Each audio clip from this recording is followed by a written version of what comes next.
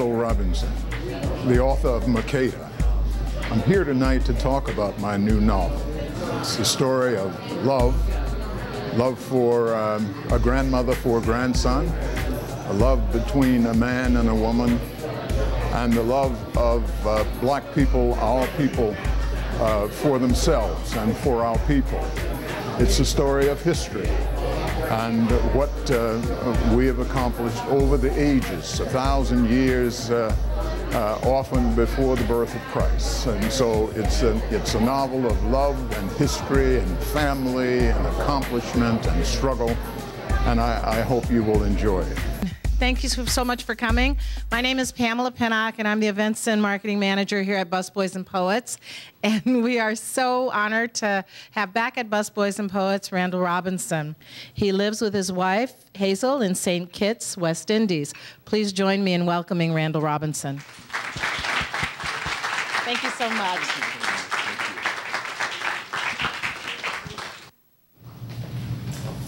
Thank you. It's a joy to be here, to be home at what inspired this book. The story is set in Richmond, Virginia during the 1950s and 1960s, during the time of segregation. As a people that can't remember themselves virtually have to reinvent themselves every generation. And I do think it gives rise to this malaise that we now struggle with, that we have yet to sustain the dignity and nobility that we exhibited even during the civil rights movement. I think we have lost something in the world. And I think you see evidence of it with crudities like basketball wives. And that, they are given to believe, is who we are. That goes as far around as Japan. It goes to Europe, it goes to Latin America, it goes around the world, that toxic picture of us as a community. And somebody, unseen executives, are making a great deal of money at the expense of our reputation. And so those things too inspired this novel. It's a love story, as I said, but it's also a story about our history. And Makeda is a blind, retired, poor laundress who lives in Richmond, Virginia. And she has a special relationship with her grandson, who has a troubled and difficult relationship with his parents, who are good people, but who've been crushed by the circumstances of our common dilemma. And so I'd like to read a passage to you from the beginning of the book, and then take your questions and see what you think. Her voice breaking with the joy of adolescent enterprise, the high-born pretty girl leaned over the stone parapet and called down to a friend who was watching the oncoming procession from the winding ramp below. "Maron, Maron, look, Maron." The pretty girl Arroyo called down, rolling and trilling the R in her friend's name, sounding it Maron, as one would the soft melodic phrase of a lullaby. "Isn't it the most beautiful sight you've ever seen? Isn't it, Maron? Isn't it?" The two girls, both 13 and dressed in long white shamas, raised their gaze to the towering volcanic rock peaks of Mount Abun Yosef. The mountain looked to have been set ablaze by the Sabbath morning sun. It was for the girls still another sign that theirs, Africa's Abyssinia, one of the first Christian kingdoms in the world, was a special place. "Come up here," the child second in line to the throne called out. "You can see the whole world from here." It was the day of Fasika, the anniversary celebration of the Savior's resurrection in the north 1,186 years before. Maron climbed the steps up to the parapet where her friend leaned out against the waist-high wall. They looked out together from a natural rock terrace that stood 8,500 feet above the sea. Far below, they saw a long procession of the faithful, moving slowly away from the banks of the River Jordan and up along the sinuous mountain pathway that would lead the worshipers to the Bet Medhane Alim, house of the Savior of the world, the church that was to be consecrated that morning.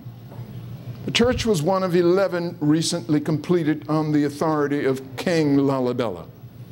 The churches interconnected by tunnels were perhaps only in some ontological sense new, and had not in any case been built, so to speak, but rather intricately carved in one piece out of the mountain's solid volcanic rock. With their keel-arched windows and their elaborately decorated portals, the cruciform stone churches were to remain a wonder of the ancient world, hidden from foreign eyes for nearly 400 years, until Francisco Alvarez, a Portuguese friar, arrived in Lalibela sometime during the 1520s. Over the course of her childhood, the royal child's mother tutored her daughter that their storied lands, according to the ancient text, were sacred and that their kingdom was the biblical birthplace of the human race. Her mother had taken her through all of the tunnels and to all of the carved stone Lalibela churches connected by them. She had also taken her deeper into the mountain beneath the churches, to the tomb of Adam and to the tomb of Eve that lay beneath it. A bright ray of sunlight caught the face of the procession's leader, an elderly deacon in the Bet Medhane Alim church, and tinctured his burnt umber skin to a startling brilliance. The deacon wore a jeweled gold filigree crown and a long embroidered velvet burgundy cape that opened into the shape of a cross. Climbing toward the church along the mountain stone path, the deacon held with both hands high above his head the staff of a large bronze cross. Behind the deacon walked a line of robed senior priests, bearing upon their heads the sacred tablets, wrapped in embroidered silks, gold and silver brocades. With her father preoccupied by affairs of state, the pretty girl had learned from her mother most of what she knew about the tablets, the ancient engraved stone tablets that had been brought back by King Menelik from Jerusalem more than 1,000 years before in the Ark of the Covenant. Another deacon, younger by a generation than the cross-bearer, carried in both arms a heavy and very large old Bible that was clad in leather and wood. The Bible had been handwritten in the old language Ge'ez, the Semitic linguistic cousin of Galilean Aramaic, the Semitic tongue the Savior had spoken during his brief life in the north. Following behind the lead group of icon bearers were hundreds of worshipers making their way up the mountain to the Bet Medhane Alim church to attend the long-awaited consecration ceremony.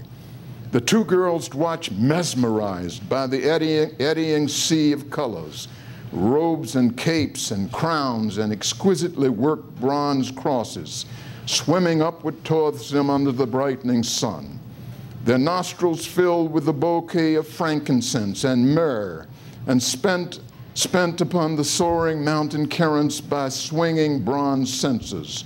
Trumpets sounded, handbells rang, the jingle of sistra floated up from the banks of the Jordan to the doors of the 11 churches that had been hewn with artisanal precision from a mountain of solid rock with simple 12th century tools.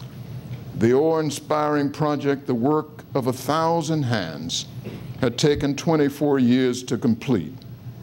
The girls were all but surpassingly proud, proud of their ancient country, proud of their much-admired kingdom, proud of their people's well-chronicled age-old history, proud of their signal role in the foundation story of Christianity. As the procession neared the church, the girls hugged each other and shook with euphoria. The royal, beaming, said to her friend, "Oh, Maron, isn't it the greatest of days?" Maron answered, "Oh, yes, princess. This may be one of the happiest days of my life." The princess had been thinking much the same thing. She couldn't remember at that moment ever having been happier. "Look, princess," said Maron. As Maron was speaking, the princess felt in her ears a pulsating rush of blood and heard a familiar interior voice that was not her own. The voice seemed to be coming from far away, inside and inside her head at the same time. The princess made an effort to ignore the voice and tried to push it away from her. But the voice came again, this time more insistent. It frightened the princess, not least because the one word the voice had sounded inside her head and in the back of her mind was not of her language Amharic, but of a strange language she'd never heard before and could not understand. "Where, Maron?" she said. But the voice inside her head by now gained purchase, with a small, soiling undertow of an unwelcome memory. The little voice spoke again, childlike, lovingly. The princess had been happy on that Forsythia morning, even as something warned her that she oughtn't have been, something in the back of her mind that kept pushing itself into her thoughts. Then she heard the strange foreign word again. The word seemed to have been spoken by a child, a boy child, Grandma. Her eyes came open, fully open, but she could no longer see the Abyssinian mountain that the Sabbath sun had turned red like fire. She could no longer see the calm waters of the River Jordan, or the church faithful in their ceremonial finery, or the magnificent stone worship houses her people had carved from solid rock. She could no longer see anything. She was blind. For a long and disconcerting moment, she did not know who she was or where she was. Only 5 to 8 seconds later did she begin to realize that she had been dreaming. Is this book on audio? How do you convey to people in this country, beyond the great books you've written, and the book The Reckoning is here for anybody who wants to get it. How do you convey to people in this country who think slavery's over, it's done with, it's history, how do you convey the continuing effects on people who are now called African Americans? So when you talk about reclaiming a history and having had that stolen, I'm hoping that you can talk a little bit about how we narrow that down, how we define that. How can we take what we've learned, take all of the kids that we know, the young people that we know that are now in college that are coming back to us and saying, we want to do something. This country has not come to terms with the issue of slavery. Good evening, Professor Robinson. I think the book offers a particularly poignant discourse on the divide that exists between Africans as they are in Africa, or Africans who are immigrants to the United States, and African Americans. And I think I'll draw your attention to page 209, where Gray is essentially speaking to his great aunt Clarice. May I ask a question first? Is that Musa? It is. I must properly introduce Musa. Musa Traore was a student of mine at Penn State, one of the best students I've ever had. Musa is from Mali, and Mali is the home of the Dogon people who've seen the stars and understood them for thousands of years. Musa is the grandson of a former president of Mali and the son of a current candidate for the presidency of Mali. But a fine young lawyer, fine young man. Thank you, Musa. I didn't see you when you came in. Thank you. You give me quite an introduction that I don't deserve. Thank you. So on page 209, Gray is essentially speaking to his great aunt Clarice, who I think you do a very good job of creating quite a colorful juxtaposition between Clarice and Makeda herself. Between Clarice, Gray's great aunt, and Makeda, his grandmother. Yes. He's essentially explaining to her, this is right before he goes on his trip to Mali, he says, "I'm going to Mali, Aunt Clarice. What's a Mali? Mali is a country, Aunt Clarice. It's in Africa. Where in Africa?" This was asked skeptically, as if she suspected I may have been trying to bamboozle her. For what reason I would do such a thing, I had no idea. It's in West Africa, Aunt Clarice, the part where we came from. My voice was flat, unprovocative. I didn't come from no Africa, she said, offended. And I think it's a good illustration of the divide that exists between Africa and African American in the United States. And I was wondering whether you think that the people in this room are very much the exception, are more like Makeda herself, who is very appreciative of her African heritage, and Clarice, who obviously has been indoctrinated and who denies this past or what should be her inside, as you reference in the book. And if that's the case, beyond this book itself, which I think is a great, it's a great exercise in rewriting history, how do we bridge that divide between the African community and the African American community in the United States? Let me answer the first part of your question. I do believe the people in this room are the exception. I do believe that the people in this room are, in large part, more knowledgeable than the general population. Ignorance is a curable disease.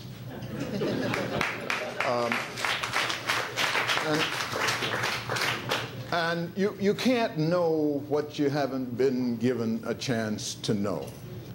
And we were never given anything pretty to see about Africa in the same way that the world is not contemporarily being given anything pretty to see about us. And somehow we have to seize control of the situation collectively. We have to make our own products. You cannot have people telling your story to you. I am so excited that this book is the first book out of the new Akashic imprint called Open Lens. And that Open Lens is controlled by 4 extraordinary black women in New York who are as upset as I am about what has happened in the publishing industry. I'm too old to be angry. And the problem with anger is that you're not sympathetic when you're angry. You can't do your job. You can't persuade people by the logic and weight of your presentation when you're angry, because anger is off-putting. And so you're in a space that people don't see the trip to. They don't understand how you got there. All they know is that they don't like the way you look and sound. So you want to avoid that, but it's not so easy to do when you see this ongoing stuff that I think is more virulent and more dangerous in many ways than segregation. Musa, and I'm glad you asked that question, and I didn't attempt to give you a complete answer because I don't have one, and it's something I struggle with every day. Actually, we want to leave some time for you to be able to sign some books. Your novel today, I think, is a wonderful example of that. And so I want to thank you for coming. And if you all will join me in giving Randall Robinson a wonderful thank you.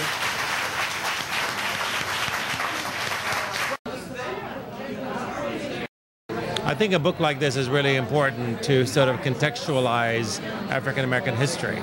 I think it's important to put it in terms that are readable and believable, and fiction is a great way to reach a much wider audience to be able to understand this history in a more sort of direct way as opposed to an indirect way, which is oftentimes done through statistics and numbers. This is a story that most people, I think, would be able to relate to.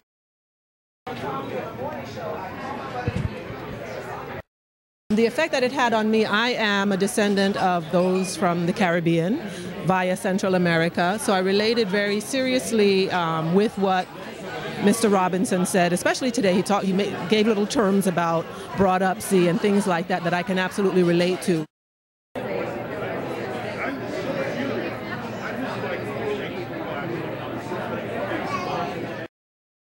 Randall's trying to convey in a novelistic format the critical importance of culture and history for people to realize themselves now.